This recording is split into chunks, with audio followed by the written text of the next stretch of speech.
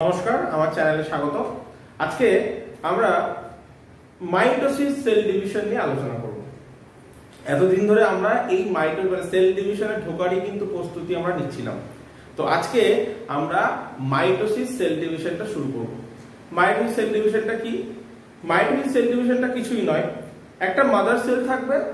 সেই mother sell থেকে ওই মাদার সেলের সমসংখ্যক ক্রোমোজোম বিশিষ্ট দুটো অপত্য কোষ সৃষ্টি হবে, ঠিক আছে?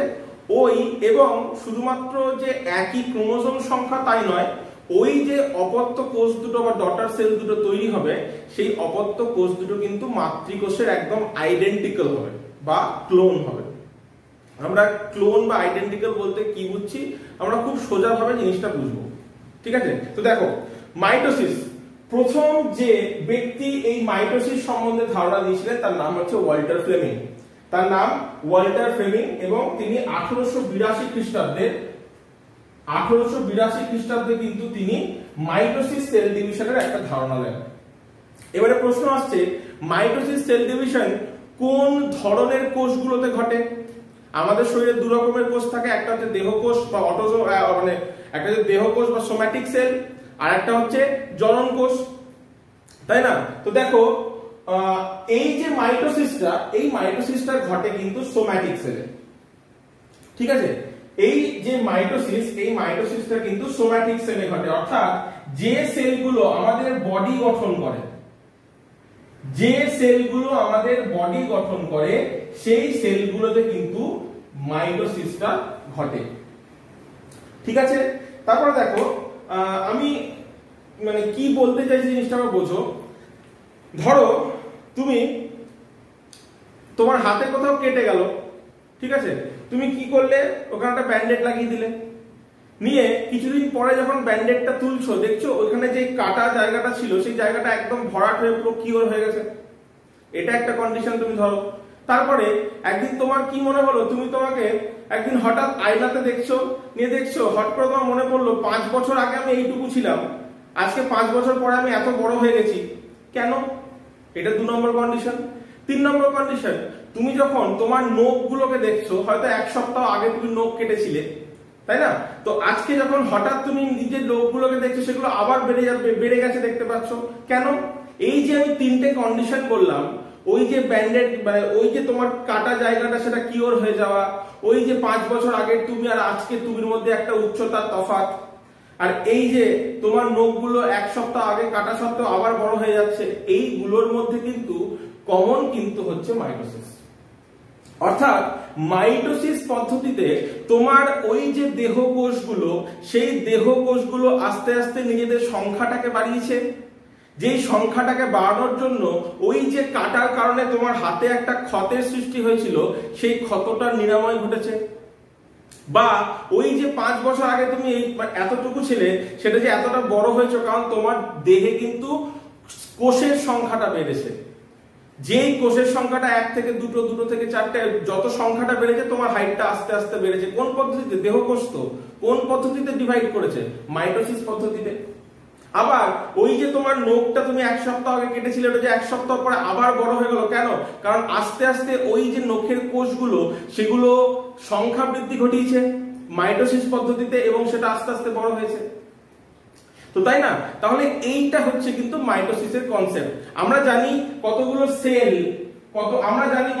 সেল একত্রিত হয়ে গঠন করে টিস্যু, তাই না? আমরা এটা জানি যে কতগুলো সেল একত্রিত হয়ে তৈরি করছে একটা টিস্যু। সেই টিস্যুগুলো একত্রিত তৈরি করছে একটা অর্গান, আর কতগুলো অর্গান একত্রিত হয়ে তৈরি করছে আমাদের বডি। তার মানে যদি এই কোষের সংখ্যাটা বাড়ে, তার মানে আস্তে আস্তে কিন্তু সমস্ত জিনিসগুলোর একটা সংখ্যার পরিবর্তন দেখা দেবে বা সাইজের পরিবর্তন দেখা দেবে, তাই না? তুমি দেখতে পাচ্ছ তোমার একদম ছোট অবস্থায় তোমার লিভারটা এইটুকু ছিল বা তোমার পাকস্থলীটা এইটুকু ছিল, তুমি যত বড় হয়েছো তোমার সেখানকার সংখ্যা বেড়েছে, তোমার লিভার সেলের সংখ্যা বেড়েছে, তোমার স্টমাক সেলের সংখ্যা বেড়েছে, তাই না? তাহলে সংখ্যা বাড়ার সাথে সাথে কিন্তু সেই স্টমাক বা লিভারের আকৃতিটাও বেড়েছে। তাহলে এইভাবে কিন্তু তুমি যত বড় হয়েছো তোমার শরীরে সেলের বা কোষের সংখ্যা বেড়েছে এবং সাথে সাথে তোমার একটা বৃদ্ধি ঘটেছে। তাহলে যদি মাইটোসিস সেল ডিভিশনটা না হতো তোমার কিন্তু কখনোই দৈহিক যে বৃদ্ধি সেটা কিন্তু ঘটতো না। তাহলে এটা আমাদেরকে মাথায় রেখে আমাদের এই যে মাইটোসিসটা এটা পড়তে হবে। তারপরে ধরো আইডেন্টিক্যাল কথাটা কি, এটা আমি এখানে লিখেছি আইডেন্টিক্যাল বা ক্লোন তৈরি করবে। এটা কি, ধরো আমি একটু মুছছি এখানটা।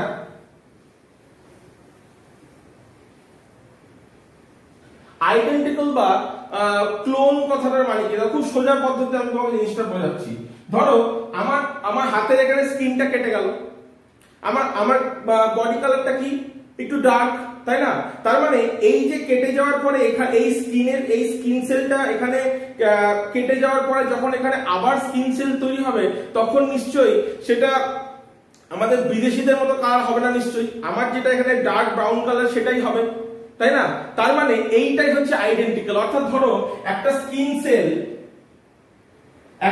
স্কিন সেল যখন মাইটোসিস পদ্ধতিতে যখন ডিভাইড করবে তখন দুটো সেল তৈরি করবে, তাই না? তাহলে সেই দুটো সেল কখনোই কিন্তু একটা স্কিন সেল ধরো আর একটা লিভার সেল কিন্তু হবে না। এটা হবে কি? এটি কখনো হবে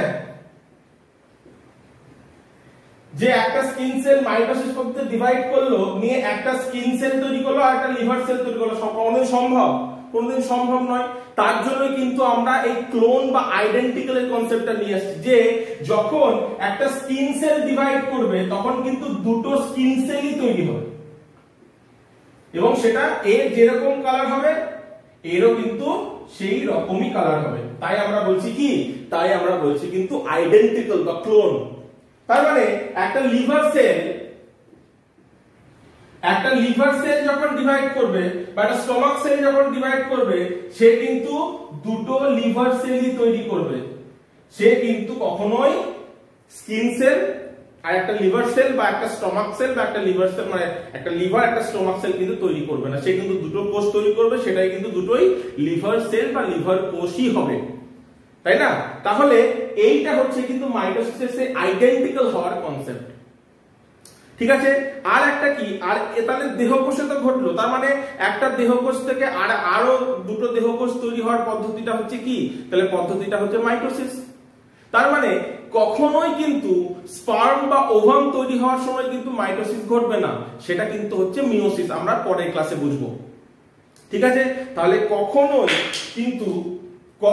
কিন্তু স্পার্ম বা ওভাম তৈরির ক্ষেত্রে কিন্তু মাইটোসিসটা ঘটবে না, এটা মনে রাখবে, ঠিক আছে? এরপরে আমরা কি করে ক্রোমোজোম নাম্বারটা যে কি করে সেম থাকে সেটা আমরা খুব সুন্দরভাবে একটা জিনিসে বুঝবো, একটা ছবির মাধ্যমে আমরা টোটাল জিনিসটা বুঝবো, ঠিক আছে? চলো, মাইটোসিসের ক্ষেত্রে ক্রোমোজোম নাম্বারটা ডটার সেল আর মাদার সেলের সেম থাকে, সেটা আমরা একদম সোজা পদ্ধতিতে দেখব। দেখো, তার আগে আরেকটু রিমাইন্ডার যে আমরা আগের ক্লাসে কি পড়েছিলাম, একদম সোজা এক কথায় আমরা দেখব। দেখো, টোটাল যে কোষ বিভাজন এই জিনিসটাকে নিয়ন্ত্রিত হয় কোথা, মানে কোন জিনিসটা দ্বারা, কোন কোষীয় অঙ্গাণুটা দ্বারা, সেটা হচ্ছে মেইনলি নিউক্লিয়াস। সেই নিউক্লিয়াসের মধ্যে আমরা জানি ডিএনএ অবস্থান করে, যেটা ক্রোমাটিন জালিকা ছিল, তাই না? সেটাকে আমরা ডিএনএ বলছি। তাহলে সেই ডিএনএটা কিরকম অবস্থায় রয়েছে? একদম জড়ানো অবস্থায় রয়েছে। এবারে ধরো তুমি এত বড় একটা কোষ মানে সেল ডিভিশন করবে, কখনো নিশ্চয়ই যে এই অবস্থায় একটা জিনিস নিয়ে, এত জড়ানো অবস্থায় একটা জিনিস নিয়ে কিন্তু এত বড় একটা ঘটনা ঘটানো সম্ভব নয়, তাই না? তার জন্য আমরা কি দেখছিলাম, এই যে এত জড়ানো একটা ডিএনএ সেগুলো কিন্তু কনডেন্স হয়ে তৈরি করছিল ক্রোমোজোম। এটা আমরা জানি, আমরা এতদিন ধরে যে ক্লাসটা করেছিলাম এই একটা ছোট্ট একটা ছবির মাধ্যমে কিন্তু আমরা সেই গোটা ক্লাসটাকে রিমাইন্ড করলাম যে ওরকম একদম জড়ানো অবস্থায় থাকা ডিএনএটা কনডেন্স হয়ে তৈরি করছে ক্রোমোজোম, ঠিক আছে? এবার দেখো, সেই ডিএনএটা কনডেন্স হয়ে তৈরি করলো একটা ক্রোমোজোম। ক্রোমোজোমের কোন ফর্মটা? ক্রোমোজোমের মোনাড ফর্মটা, তাই না? এখানে একটাই কিন্তু আমরা ক্রোমাটিড পাই, এখানে কিন্তু দুটো ক্রোমাটিড তৈরি হয়নি, তাই না? তাই এই ফর্মটাকে বলা হয় মোনাড, মোনোফর ওয়ান। তাহলে দেখো, যদি আমরা আমাদের দেহকোষে যদি ভাবি তাহলে কতগুলো ক্রোমোজোম আছে? 46টা, তাই না? তাহলে আমি এখানে 46টা ক্রোমোজোম দেখালাম, একটা এখানে 46টাকে রিপ্রেজেন্ট করছে। আমার 46টা আকার এখানে জায়গা নেই, ক্ষমতা নেই আমার। তাই আমি এখানে একটা রেখেছি। তাহলে এই 46টা ক্রোমোজোমকে রিপ্রেজেন্ট করছে এই মোনাড ফর্মটা। তার মানে এই যে একটা দেহকোষের মধ্যে এই যে 46টা ক্রোমোজোম থাকবে ডিভিশনের আগে, সিনথেসিসের আগে, সেই ফর্মটা হচ্ছে মোনাড ফর্ম। 46টা ক্রোমোজোম মোনাড ফর্মে থাকবে। হলো সিনথেসিস হলো, তোমরা জানো এই ক্রোমোজোমটা দুটো ডটার ক্রোমোজোম তৈরি করবে, যেগুলোকে আমরা ক্রোমাটিডস বলছিলাম, সিস্টার ক্রোমাটিড বলছিলাম। তাহলে দেখো এখানে এই মোনাড ফর্মটাই তৈরি করলো সিস্টার ক্রোমাটিড দিয়ে ডায়াড ফর্ম, ডাইফয়েড 2 ডায়াড ফর্ম তৈরি করলো। তাহলে ভাবো মোনাড ফর্মে আমরা 46টা ক্রোমোজোম পাচ্ছিলাম, 46টা ক্রোমাটিড পাচ্ছিলাম, কিন্তু সিনথেসিসের পরে যখন দুটো করে সিস্টার ক্রোমাটিড তৈরি হয়ে গেল, তখন কিন্তু 46টা ক্রোমোজোমে আমরা কিন্তু আর 46টা ক্রোমাটিড পাবো না। সেখানে 46 × 2 92 আমরা ক্রোমাটিডস পাচ্ছি, 92টা আমরা ক্রোমাটিড পাচ্ছি। ওকে, এইবারে যখন অ্যানাফেজে সেন্ট্রোমিয়ার ডিভিশন হচ্ছে, অর্থাৎ এই সেন্ট্রোমিয়ার বরাবর যখন দুটো সিস্টার ক্রোমাটিড যখন আলাদা হয়ে যাচ্ছে, তখন কিন্তু দুটো ডটার সেল তৈরি হবে, তাই না? ওই যে দুটো ক্রোমাটিড দুদিকে সরে গিয়ে টেলোফেজের মাধ্যমে দুটো ডটার সেল তৈরি হবে। এইবারে ভাবো তো ওই যে ডটার সেল গুলো তৈরি হলো, ওদের মধ্যে মোনাড ফর্মটা যাচ্ছে, তাই না? মোনাড ফর্মটা যাচ্ছে কার মতো? এই যে মোনাড ফর্মটা কার মতো? এটার মতো নয়, মানে মাদার সেলে যেটা সিনথেসিসের আগে যেটা অরিজিনাল ক্রোমোজোম ছিল সেটা তো মোনাড ফর্মে ছিল। দেখো আমরা এখানে ডটার সেলগুলোতে কিন্তু ক্রোমোজোমের মোনাড ফর্মটাই পাচ্ছি। তার মানে এখানে 46টা ক্রোমোজোম থাকবে এবং 46টা ক্রোমাটিড থাকবে একটা সেলে, আর একটা সেলেও কিন্তু আমরা 46টা ক্রোমোজোম পাবো এবং 46টা ক্রোমাটিড পাবো, যে সংখ্যাটা মাদার সেলের ক্ষেত্রে কিন্তু সেম। তাহলে দেখো এই প্রসেসের মাধ্যমে কিন্তু আমরা মাদার সেল এবং ডটার সেলের মধ্যে ক্রোমোজোম যে নাম্বারটা, সেই নাম্বারটা সেম পাবো। কারণ যেহেতু সিনথেসিস ফেজে মোনাড থেকে ডায়াড হয়ে যায় এবং অ্যানাফেজে ডায়াড মানে সিস্টার ক্রোমাটিড গুলো সেন্ট্রোমিয়ার বরাবর ভেঙে যাচ্ছে, তাই না? এই ভেঙে যাওয়ার কারণে এই ক্রোমাটিডটা এই ডটার সেলে, এই ক্রোমাটিডটা এই ডটার সেলে চলে গেল, তাই না? তার জন্য কিন্তু মাদার সেলের ক্ষেত্রে আমরা যেমন 46টা ক্রোমোজোমে 46টা ক্রোমাটিড পাচ্ছিলাম, আমরা ডটার সেলেও কিন্তু 46টা ক্রোমোজোম এবং 46টা ক্রোমাটিডই পাবো। ঠিক আছে, এই কারণে কিন্তু ডটার সেল মানে মাদার সেল এবং ডটার সেলে ক্রোমোজোম নাম্বারটা সেম থাকে। ঠিক আছে, এরপরে আমরা ডিরেক্টলি চলে যাব মাইটোসিসের প্রত্যেকটা স্টেজ গুলোতে বা ফেজ গুলোতে।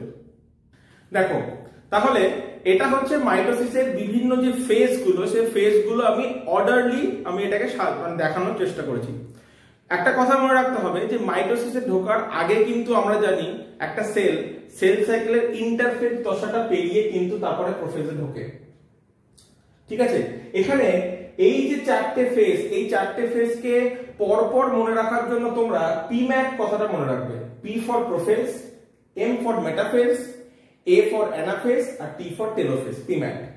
এবারে প্রত্যেকটা ফেজে কিছু না কিছু সিগনিফিকেন্স আছে, দেখো সেগুলোকে আমি ছবির মাধ্যমে বোঝানোর চেষ্টা করেছি এবং কি করে তোমরা মনে রাখবে সেটাও আমি কিন্তু এখানে বলবো। দেখো এখানে তুমি পি, এখানে প্রো কথাটার মানে হচ্ছে বিফোর, তার মানে অরিজিনাল যে সেন্ট্রোমিয়ার বা ক্রোমোজোমের বা ক্রোমাটিডের যে সেপারেশন, তার আগে যে যে প্রস্তুতিগুলো, যে যে ঘটনাগুলো ঘটে, যে স্টেজটাতে ঘটে, সেই স্টেজটাকে আমরা প্রো ফেজ বলি। প্রো কথাটার মানে হচ্ছে বিফোর, অর্থাৎ ওই যে অরিজিনাল যে ক্রোমাটিড সেপারেশন তার আগের যে সমস্ত ঘটনাগুলো ঘটে।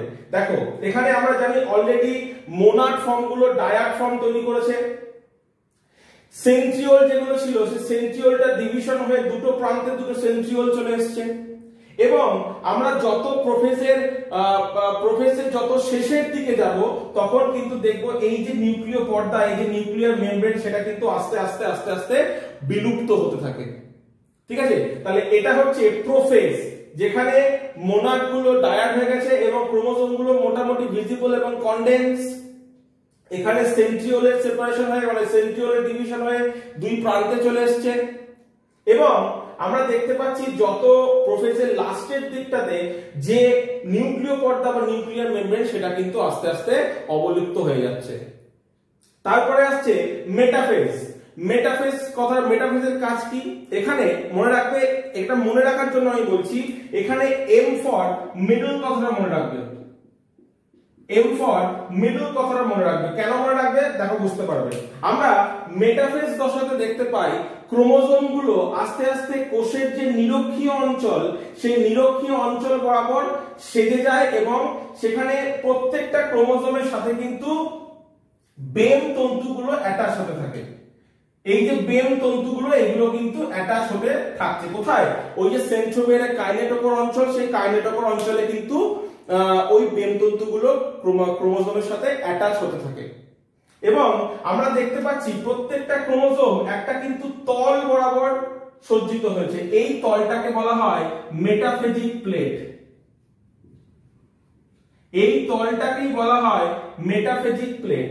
যে তল বরাবর ক্রোমোজোম গুলো সজ্জিত হয় নিরক্ষীয় অঞ্চলে কোষে, সেই তলটাকে বলা হয় মেটাফেজিক প্লেট। কেন মিডল বললাম, কারণ এখানে কোষের মাঝ বরাবর মিডল বরাবর ক্রোমোজোম গুলো সজ্জিত হচ্ছে বেম তন্তুর সাহায্যে। ঠিক আছে, এই ফেজটা হয়ে গেল মেটাফেজ, যেখানে ক্রোমোজোম গুলো কোষের নিরক্ষীয় অঞ্চল বরাবর বেম তন্তু দিয়ে সজ্জিত হয় মেটাফেজিক প্লেটের উপরে। ঠিক আছে, তারপর অ্যানাফেজ কাজ কি, আমি একটা কথা এখানে মনে রাখবে, অ্যাওয়ে। অ্যাওয়ে অ্যাওয়ে মানে কি, দূরে সরে যাওয়া, তাই না? তাহলে এখানে কি হচ্ছে, ওই যে ক্রোমোজোম গুলো নিরক্ষীয় অঞ্চল বরাবর সজ্জিত হলো এবং তাদের সাথে বেম তন্তুগুলো অ্যাটাচ হলো, আস্তে আস্তে আমরা দেখবো ওই বেম তন্তুগুলো আস্তে আস্তে মানে ওই ক্রোমাটিড গুলোকে মাঝখান থেকে ভেঙে দিয়ে ক্রোমাটিড গুলোকে সেন্ট্রোমিয়ার বরাবর ভেঙে গিয়ে ক্রোমাটিড গুলো দুই প্রান্তের দিকে সরতে থাকে, তাই না? অ্যাওয়ে, এই যে অ্যাওয়ে, এই ঘটনাটা কোথায় ঘটছে, এই যে সেপারেশন, এই যে ক্রোমাটিড সেপারেশন, এই ব্যাপারটা কিন্তু যে ফেজে ঘটে সেই ফেজটাকে আমরা বলি অ্যানাফেজ। অ্যানা কথাটার মানে হচ্ছে ওপরে, ক্রোমাটিড গুলো আস্তে আস্তে নিরক্ষীয় অঞ্চল থেকে আস্তে আস্তে মেরু অঞ্চলের দিকে অর্থাৎ কোষের ওপরের দিকে কিন্তু সরতে থাকে। এই ঘটনাটাকে বলা হচ্ছে বা এই ফেজটাকে বলা হচ্ছে অ্যানাফেজ। এবং আস্তে আস্তে দেখবো লাস্ট যে ফেজটা, যেখানে অলরেডি দুই প্রান্তে যে ক্রোমোজোম গুলো, সেই ক্রোমাটিড গুলো সরে গেছে এবং আস্তে আস্তে আবার নিউক্লিয় পর্দা আবির্ভাব ঘটছে এবং দুটো আলাদা আলাদা কিন্তু দেখতেই পাচ্ছি আমরা দুটো আলাদা আলাদা কিন্তু নিউক্লিয়াসের সৃষ্টি হয়ে গেছে বা আস্তে আস্তে হচ্ছে। এই যে ফেজটা, এই ফেজটাকে বলা হয় টেলোফেজ। কি করে মনে রাখবে, টি ফর টু কথাটা মনে রাখবে, টি ফর টু, অর্থাৎ এখানে দুটো কিন্তু নিউক্লিয়াসের সৃষ্টি হচ্ছে, তাই না? এই ফেজটাকে বলা হচ্ছে টেলোফেজ। কি হচ্ছে, ওই যে ক্রোমাটিড গুলো সেপারেটেড হলো সেগুলো আস্তে আস্তে দুই মেরুর দিকে সরে যায় এবং নিউক্লিয় পর্দার পুনরাবির্ভাব ঘটে এবং দুটো আলাদা আলাদা নিউক্লিয়াসের সৃষ্টি হয়।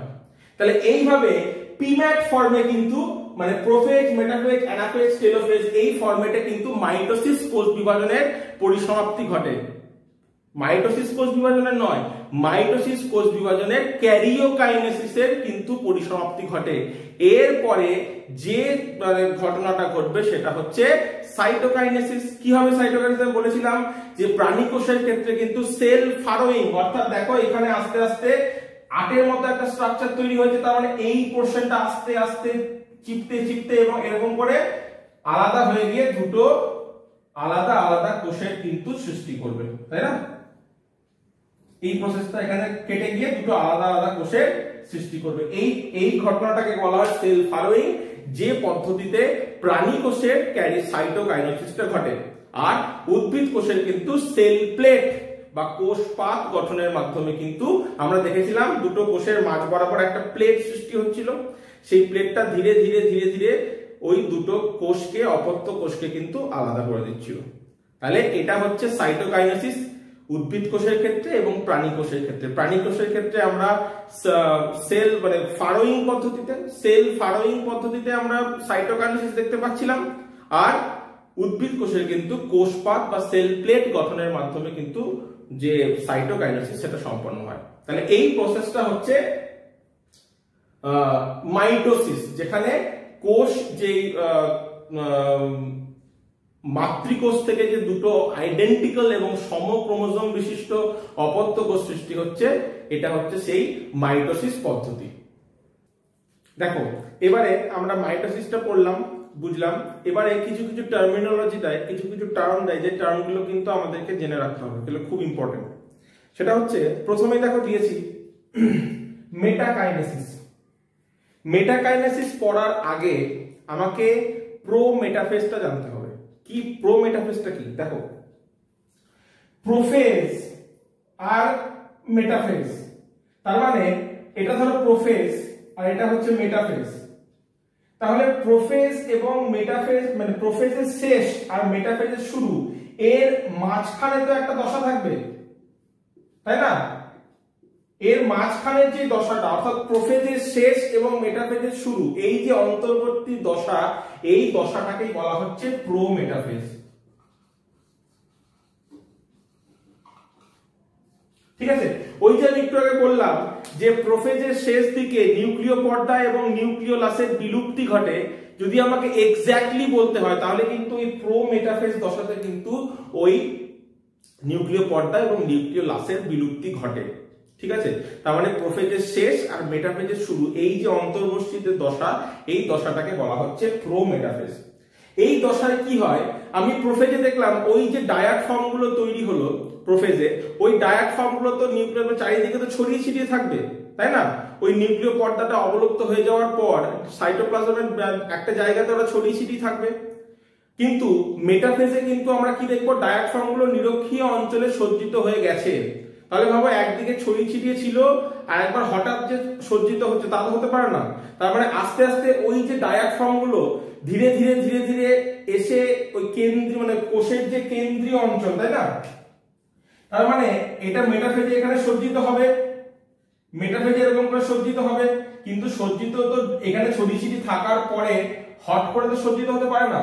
একটা টাইমে এসে এই যে ক্রোমোজোম গুলো, এই ক্রোমোজোম গুলো কোষের কেন্দ্রে এসে জড়ো হবে, তাই না? এই যে জড়ো হওয়ার, যে ক্রোমোজোমের যে কোষের কেন্দ্রীয় অঞ্চলে জড়ো হওয়ার যে প্রসেস, অর্থাৎ কিসের জন্য জড়ো হয়েছে? মেটাফেজিক প্লেটে সজ্জিত হবে বলে জড়ো হয়েছে, তাই না? তাহলে এই যে কোষের কেন্দ্রীয় অঞ্চলে জড়ো হওয়ার যে প্রসেস, সেই প্রসেস বা ঘটনা, সেই ঘটনাটাকে বলা হচ্ছে মেটাকাইনেসিস। ঠিক আছে? প্রোমেটাফেজ, তাহলে আমি যদি লিখতে হয় কি লিখবো? প্রোমেটাফেজ দশায় ক্রোমোজোম গুলির কোষের কেন্দ্রীয় অঞ্চলে জড়ো হওয়ার যে ঘটনা, এই ঘটনাকে বলা হচ্ছে মেটাকাইনেসিস। ঠিক আছে? এটা হয়ে গেল। এরপরে আসছি কন্টিনিউয়াস ক্রোমোজোমাল এবং ইন্টারজোনাল ফাইবারস। দেখো আমি একটু আগে যখন দুটো ক্রোমাটিড এঁকেছিলাম, আমি যখন এরকম করে দুটো ক্রোমোজোম মেটাফেজিক প্লেট বরাবর রেখেছিলাম, আমি কিন্তু দু রকমের বেলতন্তু এঁকেছিলাম, যেটা সেন্ট্রোমিয়ারের সাথে এভাবে ক্রোমোজোমের সাথে যুক্ত হচ্ছে একটা ক্রোমাটিড, আর একটা ক্রোমাটিড দেখবে এরকম সরাসরি চলে এসেছিল, কারণ কোনো ক্রোমোজোমের সাথে কিন্তু যুক্ত ছিল না। যে বেলতন্তু বা স্পিন্ডল ফাইবার গুলো ক্রোমোজোমের সাথে যুক্ত থাকবে, সেইগুলোকে বলা হবে ক্রোমোজোমাল ফাইবার। Chromosomal fibre. আর যে ক্রোমোজোম গুলো শুধুমাত্র দুটো সেন্ট্রিওলের সাথে বা সেন্ট্রিওলের মধ্যে যুক্ত থাকবে, কোনো ক্রোমোজোমের সাথে যুক্ত থাকবে না, সেইটাকে বলা হবে কন্টিনিউয়াস ফাইবার। ঠিক আছে? যেটা ক্রোমোজোমের সাথে যুক্ত হলো স্পিন্ডল ফাইবার, সেটা হচ্ছে ক্রোমোজোমাল ফাইবার। যেটা শুধুমাত্র কোনো ক্রোমোজোমের সাথে যুক্ত না, শুধুমাত্র দুটো সেন্ট্রিওলের মধ্যে যুক্ত থাকবে, তখন সেটাকে বলা হবে কন্টিনিউয়াস ফাইবার। এইবারে মেটাফেজ হয়ে গেল। অ্যানাফেজে কি হলো? ওই বেনতন্তু, মানে বেনতন্তুতে টান পড়লো এবং সেন্ট্রোমিয়ার বরাবর ক্রোমাটিড দুটো বিভাজিত হয়ে অ্যানাফেজিক চলন দেখাচ্ছে, অর্থাৎ মিডক্ষীয় অঞ্চল থেকে মেরু অঞ্চলের দিকে চলন দেখাচ্ছে, অ্যানাফেজিক চলন বলছি আমরা। তাহলে তখন দেখবে যখন আমি ছবিটা এঁকেছিলাম, এরকম করে আমি দেখিয়েছিলাম অ্যানাফেজিক চলনটা, তাই না? সরি, ভি রাখতে হবে না,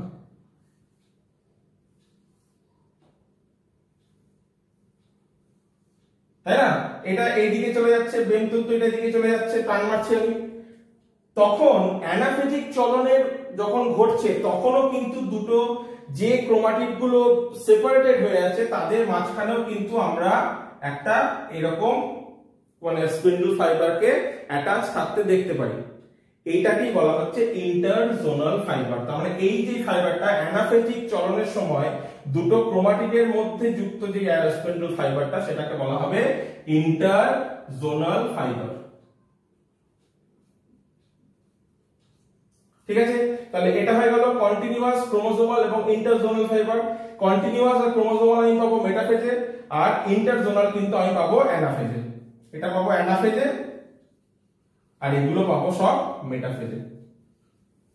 ঠিক আছে, তাহলে এটা হলো তিনটে ফাইবার। আর কি পড়ে রইলো? আর একটা হচ্ছে অ্যাম্পিয়াস্ট্রাল আর অ্যানাস্ট্রাল মাইটোসিস, খুব ইম্পর্টেন্ট। দেখো এটা আমরা অ্যানিমাল সেলে পাই, অর্থাৎ প্রাণী কোষে আমরা পাই, আর এটা আমরা পাই প্ল্যান্ট সেলে। কি করে? দেখো অ্যানিমাল সেলে যে স্পিন্ডল ফাইবারটা, সেই স্পিন্ডল ফাইবারটা কোথা থেকে তৈরি হয়? সেন্ট্রিওল থেকে, তাই না? আর এক্ষেত্রে কি হয়, স্পিন্ডল ফাইবার যেটা তৈরি হয় সেটা তৈরি হয় কোথা থেকে? সাইটোপ্লাজমের যে মাইক্রোটিবিউলস গুলো থাকে সেটা থেকে,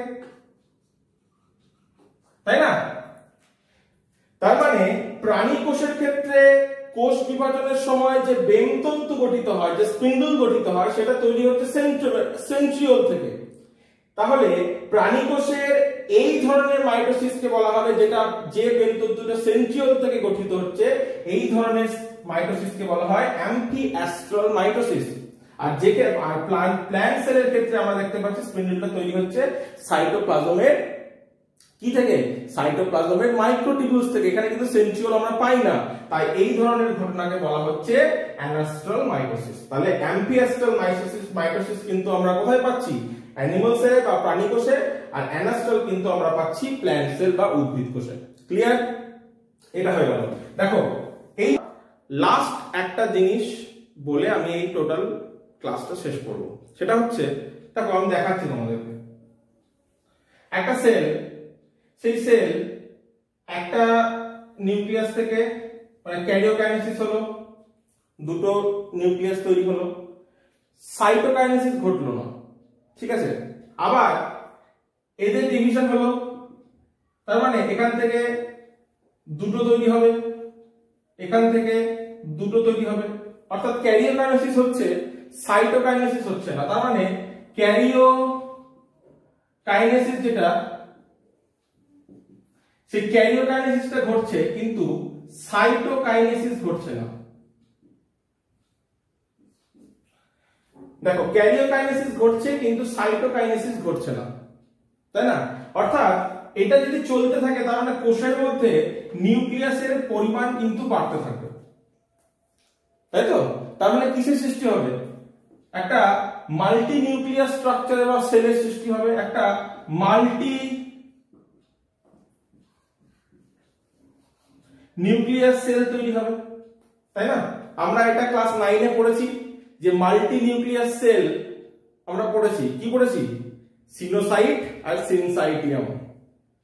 তার মানে সিনোসাইট কোনটা? উদ্ভিদ কোষ, যেটা বহু নিউক্লিয়াস, যেটা উদ্ভিদ কোষ সেটাকে বলা হয়েছিল সিনোসাইট, আর বহু নিউক্লিয়াস যে প্রাণী কোষ সেটাকে বলা হয়েছিল সিনসাইটিয়াম, আমরা পেয়েছিলাম। তাহলে এইভাবে কিন্তু ওই সিনোসাইট বা সিনসাইটিয়াম তৈরি হয়। কিভাবে? যদি একটা কোষের মধ্যে অনবরত ক্যারিওকাইনেসিসটা ঘটে যায়, যদি সাইটোকাইনেসিস না ঘটে, তখন কিন্তু কোষের মধ্যে প্রচুর বা বহু নিউক্লিয়াসের সৃষ্টি হয়, অর্থাৎ একটা সিনোসাইট বা সিনসাইটিয়ামের তৈরি হয়। ঠিক আছে, তো এটা ছিল আজকে আমার ক্লাস মাইটোসিসের উপরে। আশা করি তোমাদের কিছু ধারণা ক্লিয়ার করতে পেরেছি। আমার ক্লাসটা ভালো করে মন দিয়ে শুনবে, প্রতিটা কথা দেখবে, মাইটোসিসের যে ধারণা সেটা ক্লিয়ার হয়ে যাবে টোটাল। ঠিক আছে, তো থ্যাংক ইউ। এটা ছিল আমার ক্লাস। যদি ভালো লেগে থাকে তো অবশ্যই লাইক করবে, শেয়ার করবে এবং আমার চ্যানেলটা সাবস্ক্রাইব করতে ভুলবে না। Thank you.